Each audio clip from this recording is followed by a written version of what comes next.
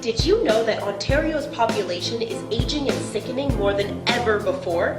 An alarming proportion of Ontario's population does not engage in end-of-life conversations because healthcare providers are ill-prepared.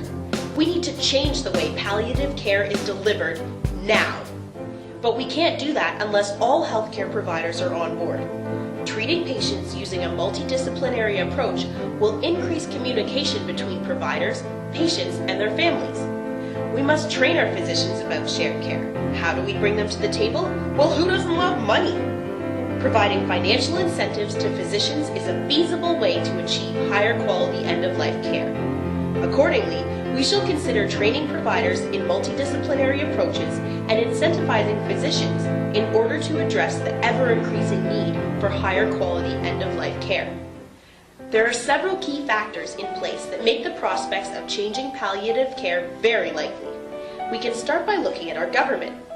Ontario exists as a Liberal minority, meaning that bills can be easily knocked down by the opposition. However, all parties agree that end-of-life care changes are needed. As well, policies regarding end-of-life care fall under the jurisdiction of the Ontario government in layer-cake federalism. This means that Ontario holds the power to make decisions independently of the federal government. Pre-existing policies and programs such as the British North American Act and the Ontario Health Insurance Plan exist, providing infrastructure for the proposed policies. Additionally, these existing policies and programs encompass the implementation of financial incentives, thus reducing the administrative role of provincial civil servants. What about interest groups? Ontario's physicians would be within clientele pluralism for both options, since multidisciplinary palliative care affects their delivery of health care, and since incentivizing them involves reviewing the billing code. Respectively, since their patients' well-being would be enhanced, and since they would love more money, our physicians will have a strong impact as an impetus for the development of both options. All other professional healthcare groups would advocate for multidisciplinary approaches to healthcare with their patients' interests in mind. As well, all patients support these changes as they would benefit from improved end-of-life care. After all, who wouldn't? Now let's look at existing ideas. Research evidence has shown that collaboration is great and that financial incentives generally improve healthcare provided. Most importantly, opinion polls have shown that the public want these changes. End-of-life care has garnered attention in the media, showing up online, in print, and television. As a result, the distribution of information has brought palliative care to the attention of Ontarians as a growing concern. Additionally, advances in technology have increased longevity and shifted causes of death to life-limiting diseases.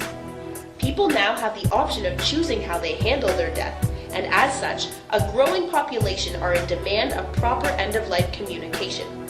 Wow! All this support? This option is definitely moving forward.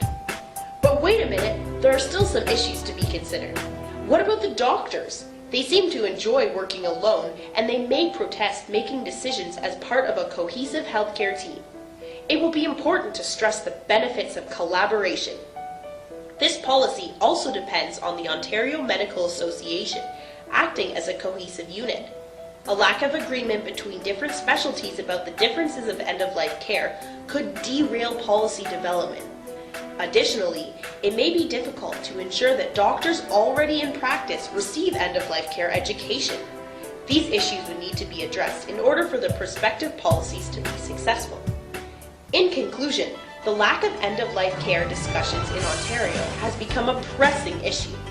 Addressing this problem through the use of physician education in multidisciplinary decision-making, as well as physician remuneration, should receive a wide base of support from both governmental and non-governmental organizations. Due to the overwhelming political support, there's essentially no opposition. The only clientele pluralist group, the OMA, should support end-of-life discussions. There are concentrated benefits for many other interest groups. Mass opinion and research evidence as well as external events support the proposed policy. All potential barriers to policy development can be addressed and minimized. Therefore, the development of a policy that mandates training providers and incentivizing physicians is very likely to occur.